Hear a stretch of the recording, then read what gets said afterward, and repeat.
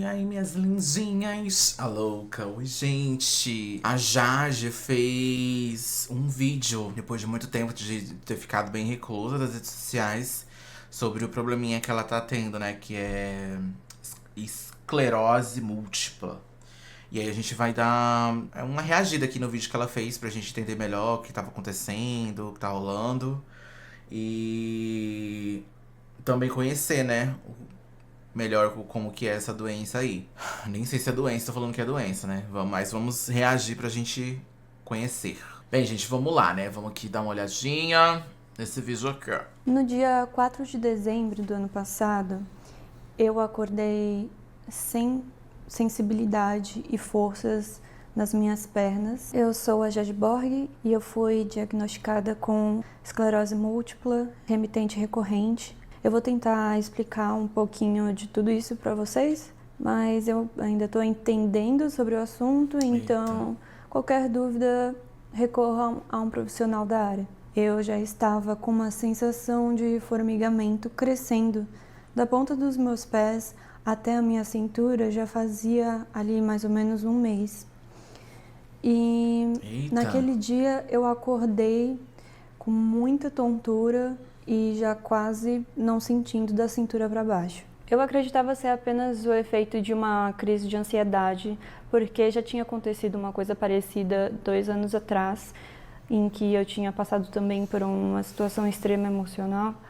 E eu cheguei a parar de sentir a sensibilidade do lado esquerdo do meu corpo. Ai, meu Deus. E perder a visão do olho esquerdo, ficava tudo embaçado. Isso foi por alguns dias. Eu cheguei a ir para o hospital, eu expliquei tudo isso, mas eles só me deram um soro, fizeram um exame de sangue e falaram que provavelmente era psicológico para eu fazer terapia. Hoje eu sei que esse surto... Gente... Ai, meu Deus. Juntando esse, mais aquele médico que pesquisa o que você tá sentindo no Google, não sei qual é o pior. Me diga você. Surto causou um déficit visual no meu olho esquerdo. Então dessa vez eu achava que ia ser o mesmo. Eu só fui para o hospital porque eu fiz uma teleconsulta e o médico acreditava que poderia ser uma doença chamada Guillain-Barré, que tem sintomas muito parecidos. Então ele achava que eu precisava ter uma avaliação física e por isso eu precisava ir urgentemente. Dessa vez eu fui em outro hospital e inicialmente o médico do pronto-socorro estava achando que era algo psicológico pela minha descrição. Porém, depois que ele fez o exame físico, ele percebeu que realmente tinha alguma coisa errada e achou melhor me colocar na observação. E isso me pegou muito de surpresa, porque a gente achava que ia ser uma coisa rápida ali no hospital. A minha namorada estava comigo, mas a gente não tinha, levado roupa, carregador, essas coisas. Então foi já um susto, logo de cara. Eu estava otimista ainda de que era uma coisa psicológica, de que eles só estavam fazendo isso para descartar uma coisa mais grave. Então, quando eu estava lá, eu fiz primeiro uns exames de rotina, sangue, urina, só que veio o médico neurologista e ele fez testes sensoriais, de sensibilidade e de força nas minhas pernas e acabou tirando a conclusão de que eu precisava ser internada para fazer mais exames. Dia 5 eu já tinha sido encaminhada para internação, fiz uma tomografia onde eles puderam excluir algumas doenças que poderiam ser, porém eles não acharam a causa. Então eu tive que fazer um exame de punção lombar. Você abraça suas pernas, né? Fica numa posição fetal e com uma agulha na sua coluna vertebral, eles escolhem uma amostra da sua medula. Foi uma anestesia local, porém mesmo assim foi bem incômodo. Depois... Meu Deus, gente. Eu não consigo imaginar. De verdade, porque eu tenho uma fobia tão grande de agulha. Agora eu fiquei imaginando. Ai, pelo amor de Deus. Passa o efeito dela ficou bem dolorido para mim e eu senti que intensificou os sintomas que eu já estava sentindo naquele momento. Eles pedem, né, pra gente ficar umas 24 horas deitada, de tão invasivo assim que acaba sendo pro corpo. No mesmo dia, eu já comecei um tratamento de pulsoterapia, que são quantidades bem altas de remédio.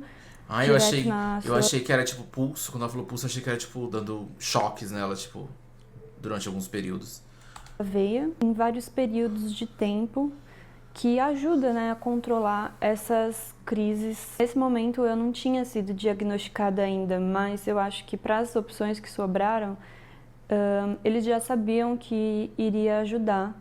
Eu só realmente saberia o que era com o exame principal, que era a ressonância. Máquina que parece uma nave, assim, você entra... E ó, caro, viu? Caro babado. Totalmente dentro dela, ela gira em volta de você, fazendo vários barulhos assim bem altos. E bom, é um exame que geralmente demora uns 40 minutos, pelo menos era para ser no meu caso, mas durou 2 horas. Então eu meio que tive que superar a minha claustrofobia à força. E era uma coisa assim tão séria que a minha namorada nem pôde me acompanhar, assim, mesmo para ficar perto da sala, não era permitido, e eu acredito que é por causa das radiações e tudo mais. No dia 7, eu acordei com a doutora da equipe de neurologia com o resultado do diagnóstico e era esclerose múltipla remitente recorrente. É uma doença autoimune, ou seja, o sistema imunológico ataca o próprio corpo e que não possui cura. Basicamente, ele ataca a camada de proteção dos nervos e isso pode causar uma falha ali na comunicação do cérebro com o resto do corpo. Na forma remitente recorrente, os sintomas eles acontecem em surtos ou crises e depois melhoram, deixando ou não alguma sequela. É como se o corpo passasse por uma grande tempestade e depois passasse, podendo vir então uma nova. Só que você não sabe se vai vir pior e com novas sequelas. Nos meus exames foi identificado aproximadamente 50 lesões no cérebro, sendo uma grande ativa e 2 lesões ativas na minha medula que estão inflamadas. O médico me explicou que é possível você ver pelo contraste da ressonância aonde já teve ou está tendo o surto da doença.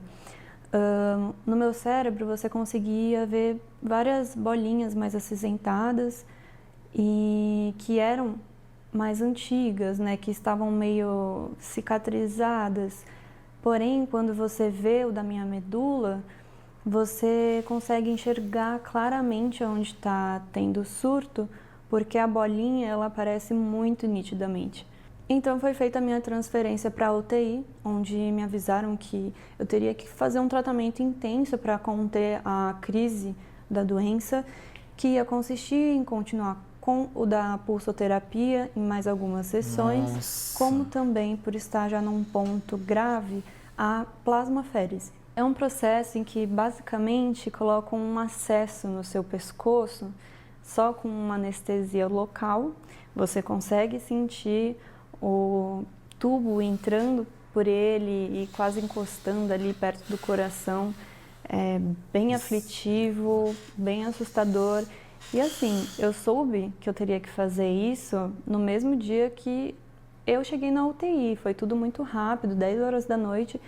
Eu basicamente estava colocando um cano dentro do meu pescoço. Então foi assim, bem traumatizante. Durante a plasmaférese, o sangue é retirado por esse catéter, passa por uma máquina e ela vai fazer a separação do seu plasma e o resto dos componentes que tem ali no sangue. Plasma, que é onde tem esses anticorpos que estão atacando o corpo, é descartado e no meu caso eram 2,5 litros por sessão. E eu fiz 5 sessões. Em seguida, ele é substituído por uma solução, tipo um soro fisiológico, e é devolvido para o corpo esse, entre aspas, sangue limpo. Eu sentia muito frio durante esse procedimento, realmente parecia que eu tava com hipotermia. A gente fala sente tanto frio. Ó, vamos contar quantos cobertores tem. 1, 2, 3, 4, 5, 6, 7. Também tinha essa sensação de formigamento nas mãos e na boca, fora assim, muito enjoo, muita náuseas, muita fraqueza. E no fim, eles falaram que isso era comum. Se você não acha que isso é bizarro o suficiente, quando você vai tirar esse acesso do pescoço, não tem nem anestesia. Você só vira pro lado e eles puxam. E o profissional puxa ele de uma vez. Ai, meu Deus. E todos os dias tinha que fazer exame de sangue, às vezes mais de uma vez, para eles verem, tipo, se não diminuiu muito alguma coisa do seu sangue, que vai te impossibilitar de seguir com um tratamento. Então, eu tinha que tomar doações de plasma e acabava que era um entra e sai o tempo inteiro, era sempre uma nova veia que precisava ser furada. Chegou num ponto em que já estava... Nossa, gente, que angustiante. Meu Deus do céu, meu Deus do céu. Meu Deus. Causando queimação, assim. Eu cheguei a gritar e chorar, que estava muito dolorido. Algumas vezes estouraram nesse processo e ficou ali, né, umas marcas de machucado, de roxo. Quase tiveram que recorrer aí para as veias da perna, porque era muito furo. Enquanto eu estava lá, eu tive que usar umas perneiras que ficavam apertando a minha perna para tentar fazer movimentos. Depois de um tempo também comecei a tomar umas injeções na barriga para que evitassem trombose, porque eu ficava o dia inteiro deitada de cama. Nossa, então, meu Deus. precisavam ter esses processos para evitar isso. Ficavam vários monitores ali monitorando todas as suas frequências, né, cardíacas, respiratórias e tudo mais. Então, além de confirmar que eu realmente tenho pressão baixa, eu descobri que provavelmente eu sou uma pessoa com hipoglicemia, né, com açúcar baixo no sangue. Nossa. Então, a parte boa é que o nutricionista mandava muita comida para eu comer e bolinhos de chocolate para deixar isso no nível que eu conseguisse ficar bem. Por enquanto, a minha sensibilidade nas coxas melhorou, mas eu ainda sinto muita fraqueza e instabilidade nas pernas. Então, desde que eu saí do hospital, eu tô de cadeira de rodas. Eu ainda nem saí de casa porque já é muito difícil me movimentar por aqui.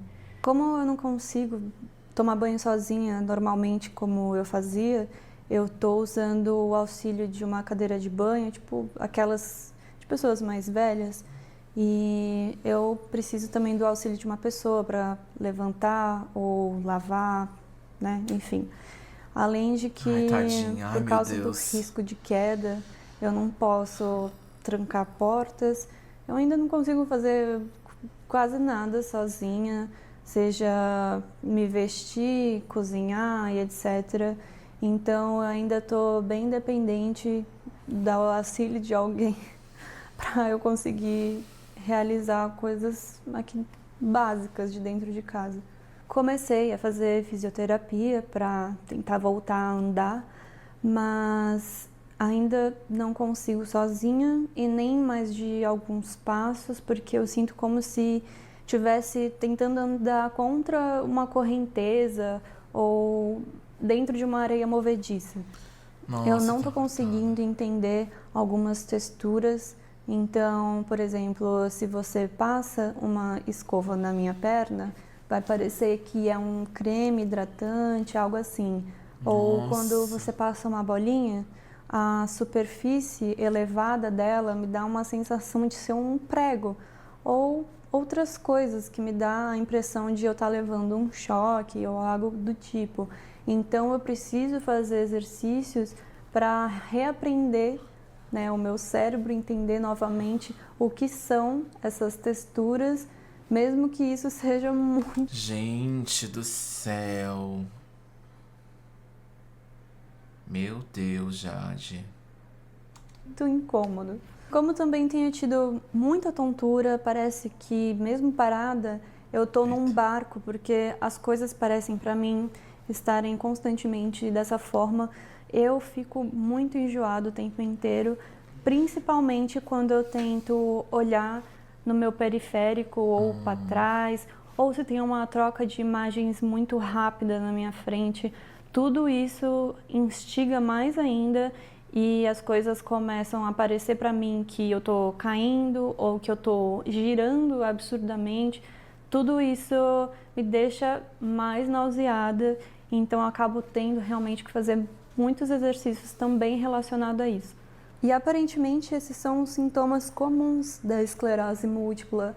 Então, essa fraqueza muscular, a dificuldade de andar, ter esses espasmos, a sua perna ficar rígida do nada, assim como toda essa parte do sensorial, né? Você não entender texturas, não entender quando algo te toca e o visual mesmo, não conseguir olhar direito para os lados, para trás, ter estímulos visuais dá muito enjoo, dá muita náusea, tudo fica confuso, fora a fadiga, que é crônica, não passa com descanso.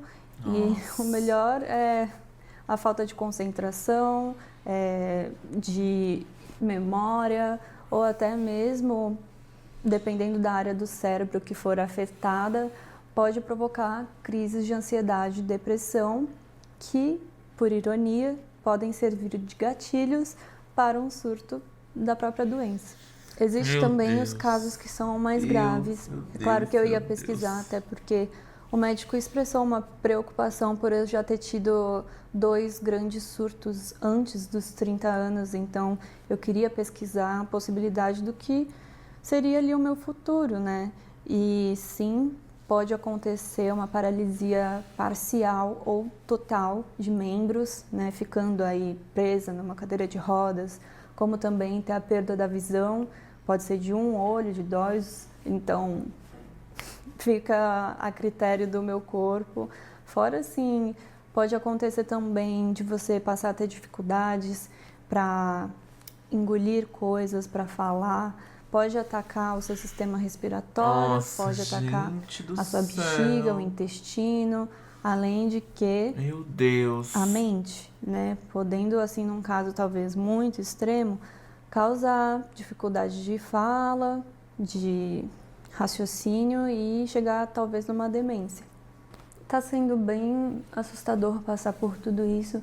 A gente nunca pensa que vai ter alguma coisa grave dentro de nós. Quando eu recebi o diagnóstico de que eu tenho uma doença incurável, eu não sabia nem como reagir. Ainda mais que é uma doença que se ataca, né, perdendo funções cada vez mais do corpo.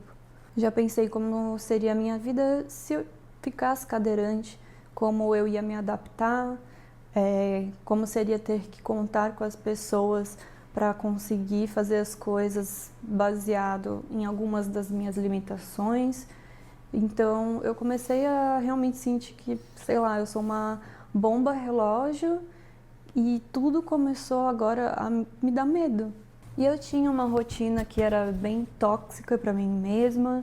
Eu comia muito industrializado, eu dormia em horários extremamente variados. Eu nunca queria parar de trabalhar.